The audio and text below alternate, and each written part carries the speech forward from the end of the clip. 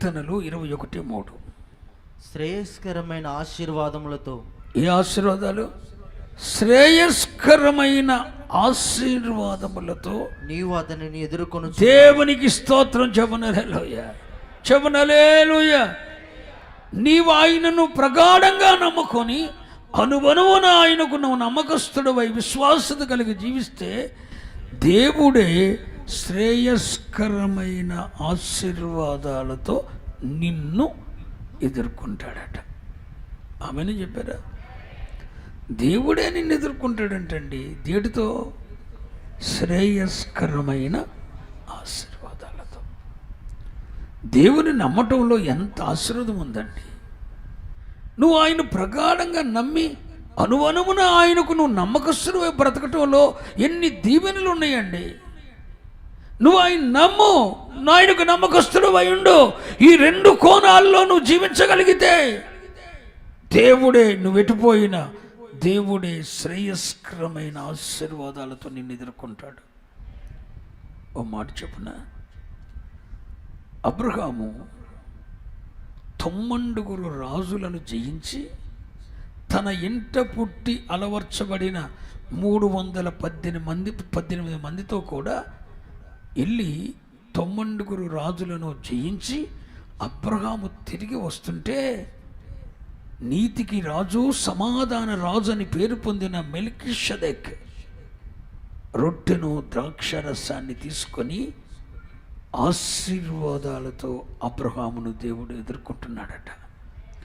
ఆ మెల్కీషెదెక్ ఎవరో కాదు, మన ప్రధాన యాజకుడైన ప్రభువైన జయ జీవితం కలిగినటువంటి అబ్రహాముని 9 రాజులు, 5 ఒక రాజు, 5 ఒక గుంపు, 4 ఒక గుంపు, ఈ 9 రాజుల్ని అబ్రహాం జయించాడు. దాంట్లో కాస్తంత ఆత్మీయ పాఠం కూడా లేకపోలేదు. 9 రాజులో 5 ఒక గుంపు, 4 ఒక గుంపు. ఈ 5 ఎవరంటే పంచేంద్రియములు అనండి. పంచేంద్రియముల మీద అబ్రహాము జయం పొందాడు. ఇంకొక 4 రాజులు ఉన్నారు. ఆ 4 ఎవరంటే, 1 శరీరం, ఇది మన శత్రువు. 2 లోకం. 3 పాపం. 4 సాతాను. ఈ 4 కూడా శత్రువులండి. ఈ 4 శత్రువులు. ఈ 4 వేరు. ఆ 5 ఏమో పంచేంద్రియాలైతే ఈ 4 ఏమో 1 నీ శరీరం, 2 లోకం, 3 లోకంలో ఉన్న పాపం, 4 శత్రువు సాతాను. ఈ 4 మొత్తం ఎట్టకేలకు ఆ పంచేంద్రియాలను అబ్రహాం జయించాడు. ఈ 4 రాజులను, లోకాన్ని, పాపాన్ని, సాతాన్ని, శరీరాన్ని జయించాడు. వీటిని జయించిన అబ్రహాము తిరిగి వస్తుంటే దేవుడే మెల్కీషెదెక్ రొట్టెను ద్రాక్షరసాన్ని పట్టుకొని ఆశీర్వాదాలతో ఎదుర్కొన్నాడటండి. ఈ శుభవేళ ఆనోకు వలె దేవుడు ఉన్నాడో అని నువ్వు ప్రగాఢంగా నమ్మి అనువనుమున నీవు ఆయన కొరకు నమ్మకత్వం కలిగి ఉంటే నీ వెటుపోయిన ఆమేన్, నువ్వేం చేసినా ఆమేన్, దేవుడే శ్రేయస్కరమైన ఆశీర్వాదాలతో ఎదుర్కోబోతున్నాడు. నువ్వు వెళ్తుంటే ఆయన నీకు ఎదురొస్తాడు. కుక్క ఎదురొస్తుందో, ఏది ఎదురొస్తుందో, ఎవడు ఎదురు రానవసరం లేదు బాబు. ఎవడు ఎదురొచ్చినా ఎవడు రాపోయినా నీ దేవుడే నువ్వు ఇటుపోయినా శ్రేయస్కరమైన ఆశీర్వాదాలతో ఎదుర్కొంటాడు. హల్లెలూయా. నువ్వు ఆయన నమ్ము, ప్రగాఢంగా నమ్ము. అంతేకాదు అనువనువున ఆయనకు నీవు నమ్మకస్తుడివై ఉండు. దేవుడే శ్రేయస్కరమైన ఆశీర్వాదాలతో నేను ఎదుర్కొంటాడు. అందుకేగా ప్రార్థనాపరుడైనటువంటి యాకోబు, మోకాళ్ళ అనుభవం కలిగినటువంటి యాకోబు, ఒంటె మోకాళ్ళు కలిగిన వాడు అని పేరు పొందిన యాకోబు విచిత్రమైన ఒక మాట రాశాడు. యాకోబు పత్రిక 1వ అధ్యాయం 17వ వచనం. యాకోబు పత్రిక 1వ అధ్యాయం 17వ వచనం.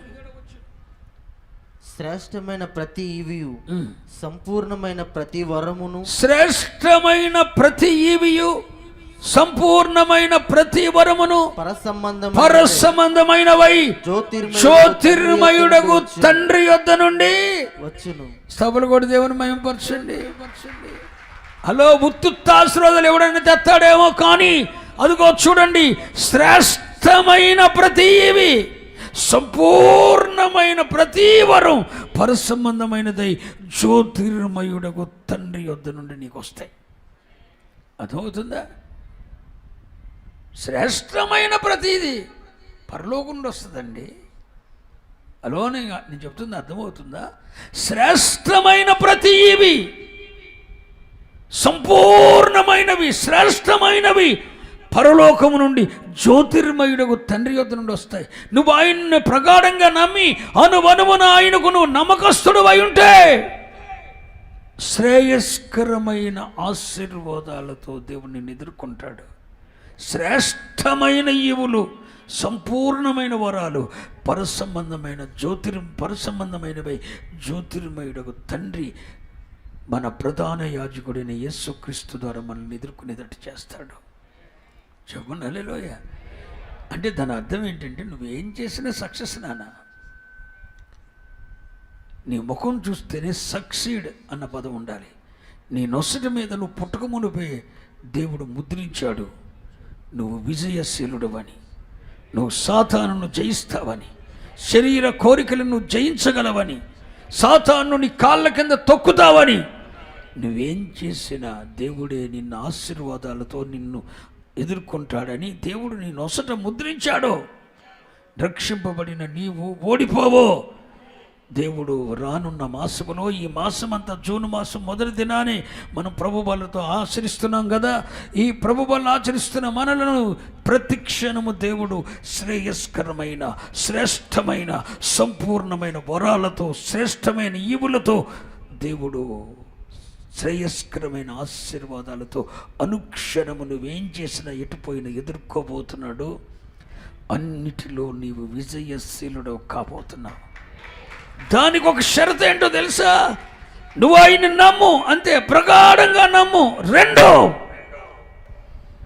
అనువనువున నమ్మకస్తునివై ఉండు. అపనమ్మకత్వం నీలో ఉండకూడదు. దేవుణ్ణి నమ్మటం ఎంత ముఖ్యమో ఆయనకు నమ్మకత్వం కలిగి ఉండటం కూడా అంతే ముఖ్యం. మనం దేవుణ్ణి నమ్ముతాం, కానీ దేవునికి ఆనోకు గురించి బైబిల్లో రాయబడిన మాట ఇదేనండి. పిస్టీస్ అన్నాడు ఆనోకు గురించి వచ్చినప్పుడు. అంటే అతడు దేవునిని ఎంతగా నమ్మాడో అంతగా దేవునికి చెప్పాలి నమ్మకస్తుడే ఉన్నాడు. మరి నేను ఒక మాట అడిగినా, ఆరాధనకు రావటంలో నువ్వు నమ్మకస్తురాలివేనా? ఒక్క విషయం అడుగుతున్నా, ఆరాధనకు వచ్చే విషయంలో నమ్మకస్తుడివేనా? నీ జీవితం అంతా చూస్తే పరిశుద్ధ దినం, ఆయన సన్నిధిలో గడపని దినం అంటూ నీ చరిత్రలో ఉండకూడదు. నువ్వు మంచం మీద పడుకుంటే మిగతా రోజుల్లో రోగం రావాలి, కానీ ఆదివారం నీకు రోగం కూడా రాకూడదని కోరుకోవాలి. నువ్వు ఏం చెప్తున్నా? నా జీవితం మొత్తంలో పరిశుద్ధ దినం, ఆయన సన్నిధిలో గడపని దినం ఉండకూడదని ప్రార్థన చేసుకోవాలి ఆత్మీయుడు. దేవుని సన్నిధికి రావటంలో నువ్వు నమ్మకస్తుడివేనా? టయానికి రావటంలో నువ్వు నమ్మకస్తుడివేనా? టయానికి రావటంలో నమ్మకస్తుడివేనా? అసలు నువ్వు వచ్చేది ఎందుకు? ఆరాధించడానికి కదా, సంఘముగా కూడి ఆరాధించడానికి కదా. మరి అందరితో పాటు వచ్చి మనసారా నువ్వు ఎందుకు ఆయన ఆరాధించలేకపోతున్నావు? ఆరాధించడంలో నమ్మకస్తుడివేనా? అసలు ఆరాధనకు వచ్చి సంఘానికి వచ్చేది ఎందుకు? కానుక వేసి వెళ్ళటానికి కాదండి.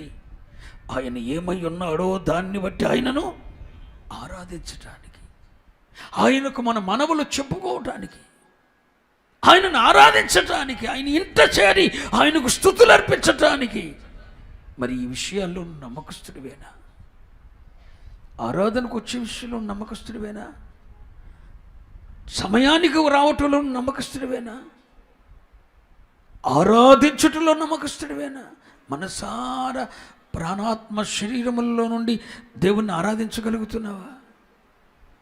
దేవునికి నీ రాబడిలో దేవుని భాగం దేవునికి ఇవ్వటంలో నీవు నమ్మకస్తుడివేనా? నీ బిడ్డలను దేవుని కొరకు పెంచటంలో నమ్మకస్తుడివేనా? నువ్వు దేవుని నమ్ముతున్నావు, నేను కాదనటం లేదు. నువ్వు దేవుని నమ్మటం ఎంత ప్రాధాన్యమో ఆ దేవునికి నమ్మకస్తుడవై ఉండటం కూడా అంతే ప్రాధాన్యం. దేవుణ్ణి నమ్మేయాలండి. అని వీడు బాగోపోయినా నా పని చేస్తాడు, వీడికి ఆరోగ్యం బాగోపోయినా నా పని చేస్తాడు, వీడికి నేనేమి ఇవ్వకపోయినా వీడు నాకు ఇచ్చేస్తాడు. నేను నమ్మేయాలి దేవుడు. అలా ఆనోకు నమ్మాడంటండి దేవుడు. నమ్మి నాకు ఇష్టడని సాక్ష్యం ఇచ్చాడండి.